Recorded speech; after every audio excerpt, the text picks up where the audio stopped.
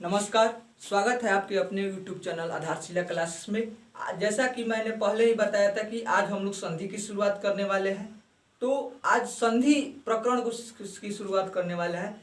आइए संधि प्रकरण में हम लोग क्या क्या जानेंगे, आज इसकी चर्चा करते हैं।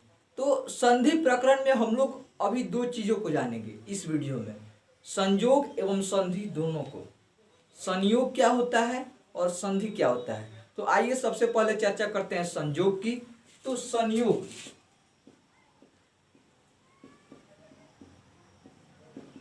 आपको सबसे पहले बता दें कि संयोग एवं संधि दोनों में वर्ण मिलते हैं। संयोग एवं संधि दोनों में आपस में वर्ण मिलते हैं। अब देखिए कि आखिर संयोग और संधि में फर्क क्या है। तो आइए जानते हैं। जब दो वर्ण आपस में बिना किसी परिवर्तन के, जब दो वर्ण आपस में बिना किसी परिवर्तन के मिलते हैं तब उन्हें संयोग कहा जाता है। क्या कहा जाता है जी? संयोग। संयोग कहा जाता है। जब दो वर्ण आपस में बिना किसी परिवर्तन के मिलते हैं तो उन्हें क्या कहा जाता है? संयोग कहा जाता है। अब बिना किसी परिवर्तन के कैसे मिलेंगे? तो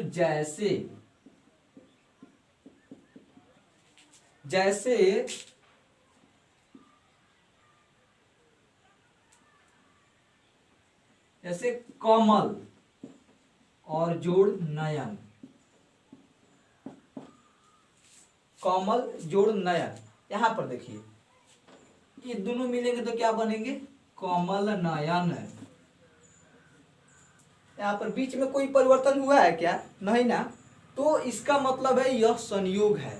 यदि ल का अ और न दोनों के मिलने से कोई परिवर्तन हुआ रहता तो वो संधि कहलाता, लेकिन यहाँ पर कोई परिवर्तन नहीं हुआ। इसका मतलब क्या है कि यह संयोग है।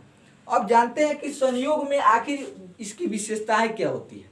तो आपने जाना कि संयोग में तो दो वर्ण मिलता है, और दूसरा क्या जाना? संयोग में कोई परिवर्तन नहीं होता है मिलते समय। तीसरा है कि संयोग में स्वर जो होता है वो मात्रा के रूप में किसी व्यंजन के साथ लग जाता है। जैसे पठितुम, पठितुम जोड़ इच्छति, इसको जानते हैं। पठितुम का पठितुम मात्रा के रूप में लग जाता है, यानी ह्रस्व ई मात्रा के रूप में लगेगा तो मी, और व्यंजन उसी प्रकार रहता है, यानी म का म और ई लग गया मात्रा के रूप में, बाकी सब वैसे ही लिख देते हैं। तो आपने जाना कि संयोग में दो वर्ण आपस में मिलते हैं और उनमें उनके मिलने से कोई परिवर्तन नहीं होता है। तीसरा है कि जब स्वर मिलता है तो स्वर मात्रा के रूप में लग जाता है और व्यंजन उसी प्रकार लिख दिया जाता है। तो इन सभी को कहते हैं हम संयोग। और आइए कुछ और उदाहरण ले लेते हैं। जैसे अन जोड़ उपस्थित, अन जोड़ उपस्थित, अन का अन, ठीक, उ जो होगा मात्रा के रूप में लगेगा, यानी उ का मात्रा, जैसे उपस्थित का उपस्थित मिलके हो गया अनुपस्थित। जैसे हो जाएगा हमारा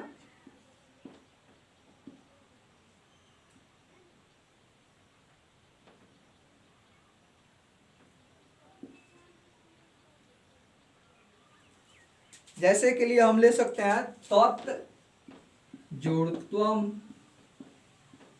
तो ये मिलके क्या होगा? तत्त्वम।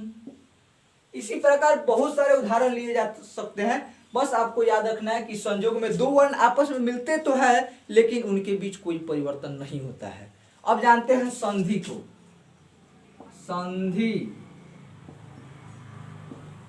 तो याद रखिए कि इसमें दो वर्ण आपस में मिलते हैं, संधि में भी दो वर्ण आपस में मिलते हैं, लेकिन इस संयोग में परिवर्तन नहीं होता है और संधि में परिवर्तन होता है। संयोग का ठीक विपरीत है संधि। तो इसका परिभाषा लिखेंगे हम लोग, जब दो वर्ण आपस में मिले,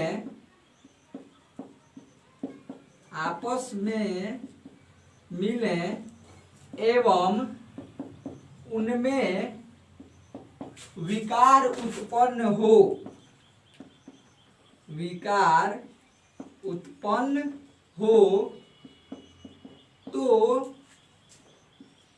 उसे संधि कहा जाता है। जब दो वर्ण आपस में मिले और संग संग क्या हो कि उसमें विकार भी उत्पन्न हो। तो इसके भी उदाहरण को देखते हैं। चलिए इसको पहले मिटा देते हैं संयोग को।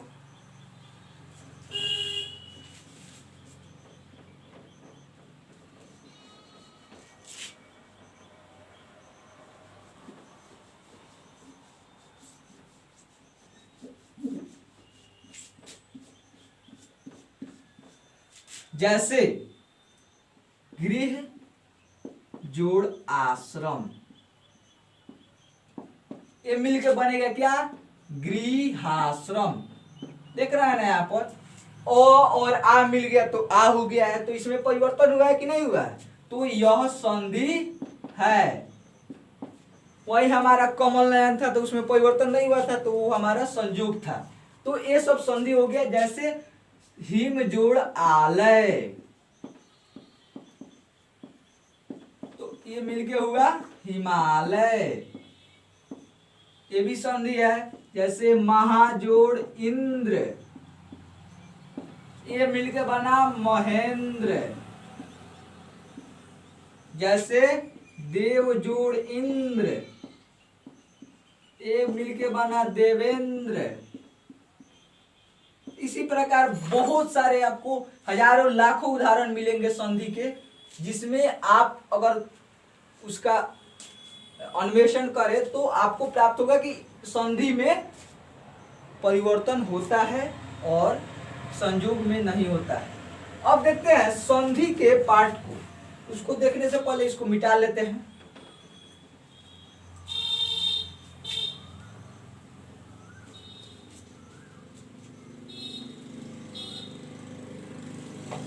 संधि के भेद,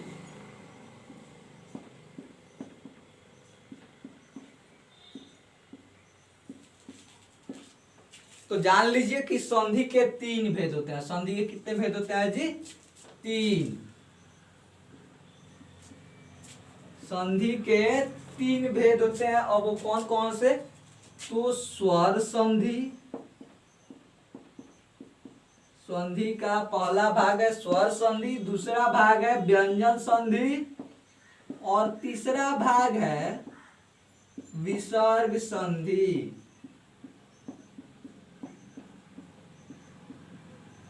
पहला स्वर संधि, संधि के तीन पार्ट, पहला स्वर संधि, दूसरा व्यंजन संधि और तीसरा विसर्ग संधि।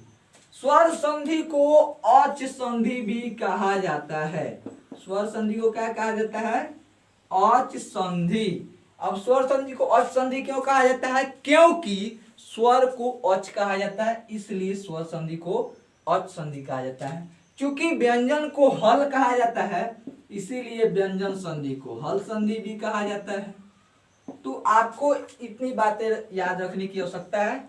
सबसे पहला कि संधि और संयोग में क्या फर्क है, दूसरा संधि क्या होता है, तीसरा संधि के कितने भेद होते हैं, तो संधि के तीन भेद होते हैं, स्वर संधि, व्यंजन संधि और विसर्ग संधि। तो आपको इन सभी बातों की याद रखना जरूरी है।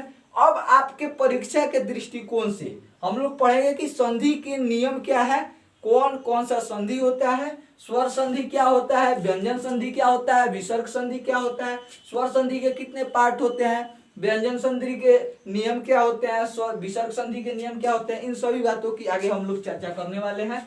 तो आइए पढ़ते हैं पहले स्वर संधि को।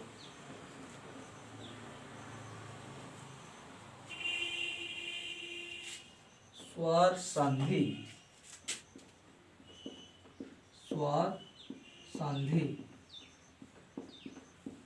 संधि का परिभाषा याद कीजिए कि जब दो वर्णों के बीच विकार उत्पन्न होता है तो उसे संधि कहा जाता है। तो यहाँ पर याद रखने की आवश्यकता है कि जब दो स्वरों के मिलने से विकार उत्पन्न होता है तो उसे स्वर संधि कहा जाता है। जब दो स्वरों के मिलने से विकार उत्पन्न हो तो उसे स्वर संधि कहा जाता है।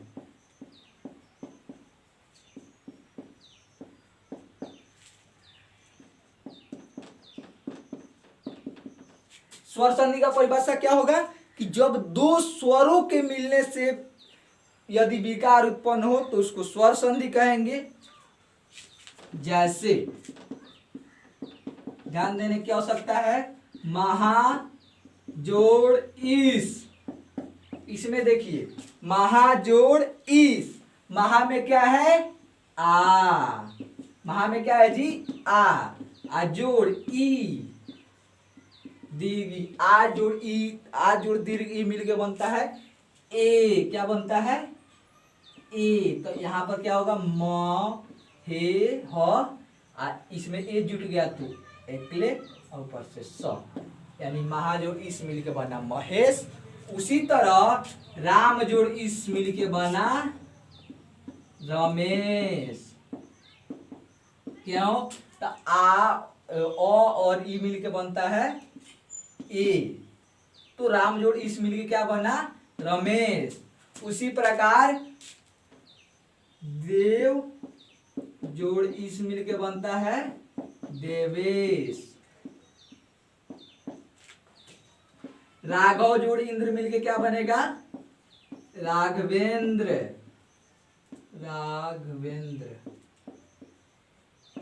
तो ये देखे स्वर संधि, स्वर संधि वही होता है जब दो स्वर मिलेगा तभी स्वर संधि कहलाएगा। जब दो स्वर नहीं मिलेगा तो स्वर संधि वो नहीं होगा। यहाँ पर देख रहे हैं आप कि आ मिला है, ई मिला है, यहाँ पर अ मिला है और ई मिला है, यहाँ पर भी अ और ई मिला है, यहाँ पर भी अ और ई मिला है, इसलिए यह स्वर संधि है। अगर इसमें कोई व्यंजन आ जाता तब वो स्वर संधि नहीं कहलाता। चलिए अब बढ़ते हैं स्वर संधि के भेद के तरफ।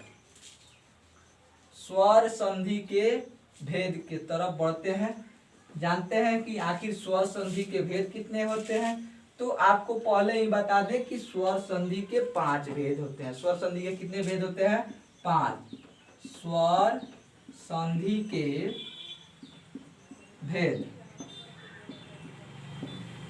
स्वर संधि के 5 भेद होते हैं। पहला होता है दीर्घ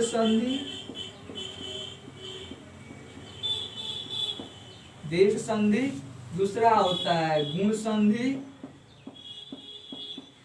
पहला दीर्घ संधि, दूसरा गुण संधि, तीसरा यण संधि, चौथा वृद्धि संधि और 5वां होता है अयादि संधि। स्वर संधि के कितने भेद होते हैं 5। पहला दीर्घ संधि, दूसरा गुण संधि, तीसरा यण संधि, चौथा वृद्धि संधि और 5वां अयादि संधि। स्वर संधि के 5 भेद होते हैं दीर्घ संधि, गुण संधि, यण संधि, वृद्धि संधि और अयादि संधि।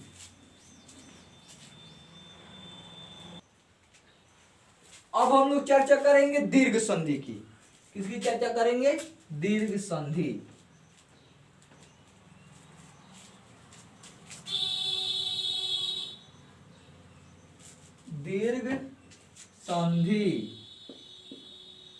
दीर्घ संधि क्या है तो दीर्घ संधि स्वर संधि का पहला पार्ट है। दीर्घ संधि क्या है जी तो दीर्घ संधि स्वर संधि का पहला पार्ट है। दीर्घ संधि का सूत्र होता है अकः सवर्णे दीर्घः। अकः सवर्णे दीर्घः, अकः सवर्णे दीर्घः।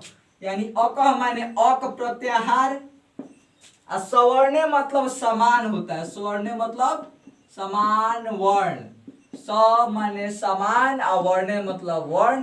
तो अगर अक प्रत्याहार के दोनों समान वर्ण आए, दोनों समान वर्ण मिले तो वो दीर्घ हो जाता है। क्या हो जाता है?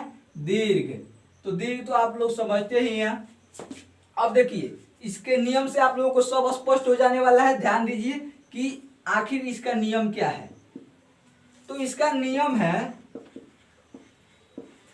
दो समान स्वरों के मिलने से जो विकार उत्पन्न होता है, दो समान स्वरों के मिलने से जो विकार उत्पन्न होता है उसे दीर्घ संधि कहते हैं।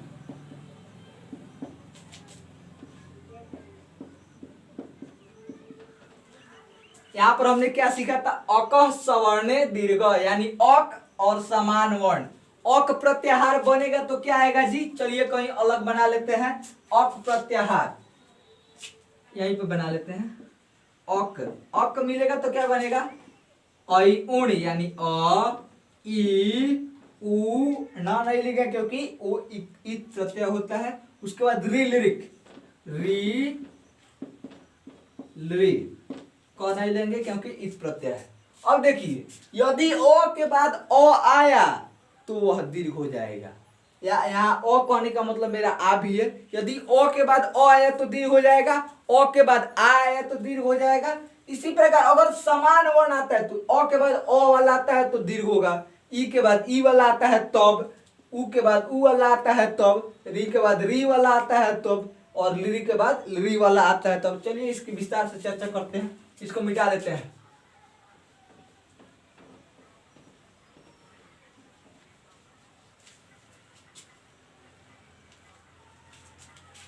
ओ वाला, ओ के बाद अगर ओ आया तब वो क्या बनेगा जी? आ। ओ और ओ मिलने से दीर्घ हो जाएगा तो बनेगा आ और आ के मिलने से दीर्घ हो जाता है तो खुद ही दीर्घ, दीर्घ दीर्घ मिलके भी दीर्घ बनता है, यानी होगा आ। ह्रस्व और दीर्घ के मिलने से भी बनेगा दीर्घ, यानी हो जाएगा आ। इसी प्रकार आ और अ के मिलने से भी क्या बनेगा? आ। उसी प्रकार ले लेते हैं ई को, तो ई जोड़ ह्रस्व ई जोड़ ह्रस्व ई मिलके बनेगा दीर्घ ई, दीर्घ ई जोड़ दीर्घ ई मिलके बनेगा दीर्घ ई। उसी प्रकार ह्रस्व ई जोड़ दीर्घ ई मिलके भी बनेगा दीर्घ ई। उसी प्रकार दीर्घ ई जोड़ ह्रस्व ई भी मिलके बनेगा दीर्घ ई। यानी कि ह्रस्व या ह्रस्व मिले या दीर्घ मिले सब बनता है दीर्घ ही। उसी प्रकार उ का भी बनेगा तो इसको शॉर्टकट में चलिए लिख देते हैं उ या उ प्लस उ या उ, यानी उ के बाद उ है चाहे उ के बाद दीर्घ उ है, चाहे दीर्घ उ के बाद उ है या दीर्घ उ प्लस दीर्घ उ है, तो सब बनेगा दीर्घ उ। उसी प्रकार दीर्घ री के बाद दीर्घ री या ह्रस्व री या दीर्घ री प्लस ह्रस्व री या दीर्घ री। यार कहने का मतलब है ह्रस्व री के बाद ह्रस्व री है, या ह्रस्व री के बाद दीर्घ री है, या दीर्घ री के बाद ह्रस्व री है, या दोनों दीर्घ री है, तो भी बनता है दीर्घ री। कहने का इससे मेरा साफ मतलब यही है कि ह्रस्व ह्रस्व मिले या ह्रस्व दीर्घ मिले या दीर्घ ह्रस्व मिले सब बनेगा क्या? दीर्घ। यहाँ पर उसी प्रकार लरी का भी लरी जोड़ लरी भी मिलकर बन जाएगा दीर्घ लरी। तो इस प्रकार हमारा होता है स्व दीर्घ संधि में सब मिलकर दीर्घ हो जाता है। अब देखिए इसका कुछ उदाहरण ले लेते हैं। जैसे इससे ले लेते हैं, इससे हिम अ है जोड़ आल है। यहां पर देखते हैं, यहां पर क्या है जी? ओ। यहां पर क्या छुपा है? हिम। यहां पर क्या है? आ। अब एक बात बताओ, अ और आ मिलकर क्या बनता है? आ। तो हो जाएगा हिम, आ मिलेगा तो हो जाएगा माँ, लय का लय। अब कोई पूछे कि इसमें कौन सा संधि है, तो क्या बताइएगा? दीर्घ संधि। दीर्घ संधि क्यों है जी? तो क्योंकि यहाँ पर स्वर ह्रस्व और दीर्घ मिलकर दीर्घ हो जा रहा है। उसी प्रकार देव जोड़ आलय, देव आ मिलकर बन गया देवालय। ठीक, उसी प्रकार हम लोग ले सकते हैं मही जोड़ इस।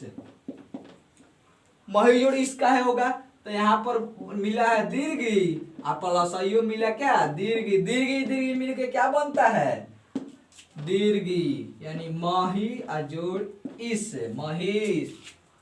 उसी प्रकार ले लीजिए आप किसी अन्य को, जैसे हम ले लेते हैं स्थित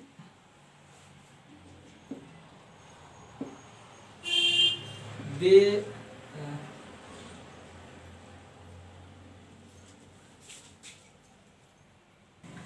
उसी प्रकार हम लोग ले लेते हैं पितृ जोड़ ऋणम। तो ये हो जाएगा हमारा पितृनम,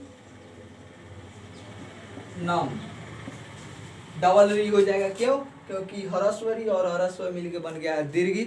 ठीक है, आज का वीडियो यहीं पर समाप्त करते हैं। आगे हम लोग चर्चा करने वाले हैं स्वर संधि के अगले पार्ट को, यानी कि गुण संधि की, वृद्धि संधि की, यण संधि की और अयादि संधि की। आज का वीडियो यहीं पर समाप्त करते हैं। धन्यवाद।